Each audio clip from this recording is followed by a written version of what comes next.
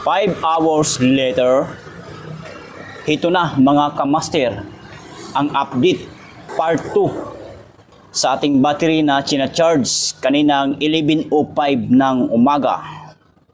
So ang ating oras ngayon ay alas 4 na siya. Ayan.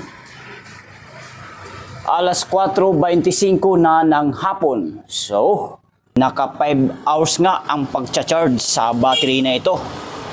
So ngayon, kung mapapansin nyo, ilapit ko ang camera. Ayan.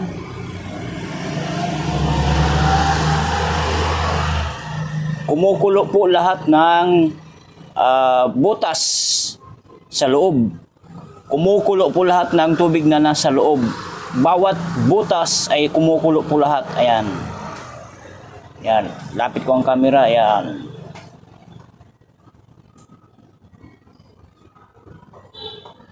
Ayan.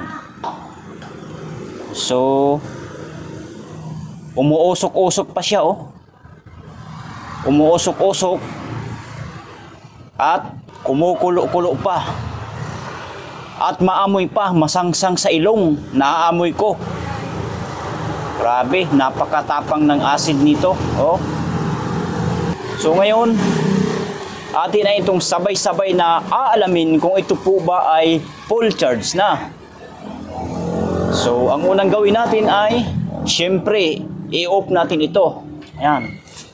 I-off muna natin dito.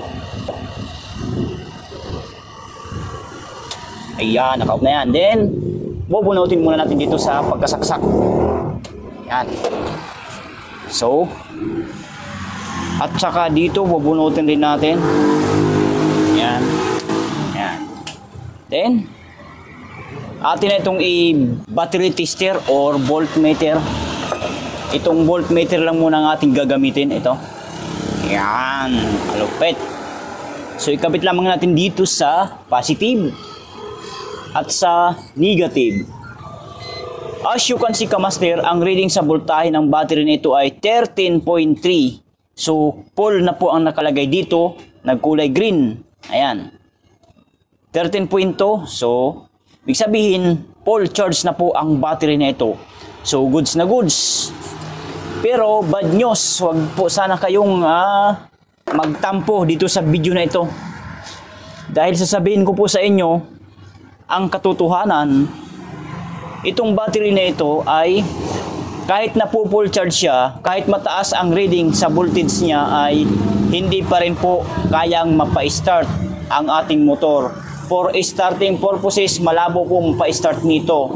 Sa kadahilanan, ang healthy nito ay masyadong mababa na at saka yung CCE niya ay mababa na rin. So, ngayon, ang gagawin natin para makita nyo sa actual video, gumamit tayo ng battery analyzer. Ito po ang itsura ng battery analyzer. Ayan. So, dito natin malalaman ang status o kuryente sa battery nito, kung ito ba ay mababa na o mataas pa, tinatawag na CCA.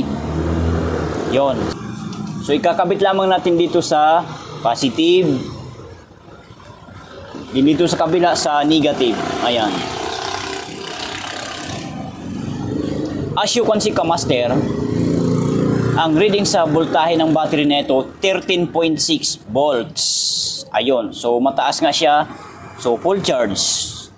So, titingnan natin kung totoo ba na full charge ang battery na ito at maganda pa ang kanyang karga, CCE at saka healthy. So, check natin itong okay.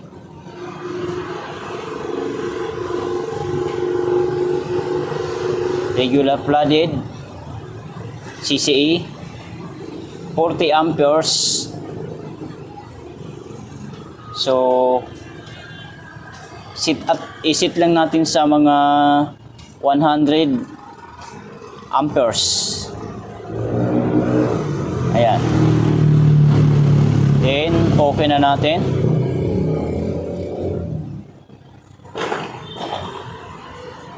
As you can see, kamaster, kung makikita at mapapansin natin, replace po ang nakalagay dito. Ang kanyang CCE ay 30 CCE na lang. Ang healthy ay 9%, ang charge ay 98%. Ibig sabihin, mataas nga ang kanyang karga. Mataas ang voltage sa battery nito kaya naging 98%. Internal resistance ay 95.69, so masyado mataas. Usually po kasi ang internal resistance ng isang baterya na goods pa ay 2 or 6 resistant. Yan po. Replace po ang nakalagay dito. So namumula, ayan, namumula tayo. Ang light indicator ng ating battery analyzer ay pula. So dyan pa lang malalaman na natin na sira ang isang baterya. So yun, kita nyo na po. Huwag sana kayong madismaya dito sa ating vlog, sa ating video. Pinapakita ko lang ang totoo. Kung kaya pa bang ma-start ang motor sa battery nito. So hindi na po. For starting purposes, malabo na po.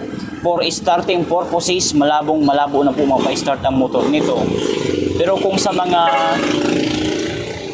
kung pang ilaw nyo lang gamitin, pwede pa po ito. Yun nga lang, medyo malabo na rin kung sa ilaw. Kung pang solar naman, di na rin po ito pwede. Dapat kasi pagka gumamit kayo ng solar, ang baterya na gagamitin ninyo ay yung brand new, bago. So ito hindi pwede. Sa ilaw lang talaga, pang ilaw-ilaw pwede pa. Yun nga lang, mahina pa rin pag sa ilaw nyo gagamitin. So ang magandang gawin dito, itapon nyo na ito. Papalitan nyo na ng panibagong baterya. Mura lang naman po are dito sa amin sa Motolite. 670 lamang po are. Pag low maintenance, dito big kong tawagin. Pero kung gusto nyo ng maintenance free nito ay nasa 860. So ayun, kung gusto nyo ng maintenance free nito sa Motolite ay nagkakahalaga lang naman ng 860 pesos only. Sagad na po yun mga ma'am, sir, at wala na pong tawad.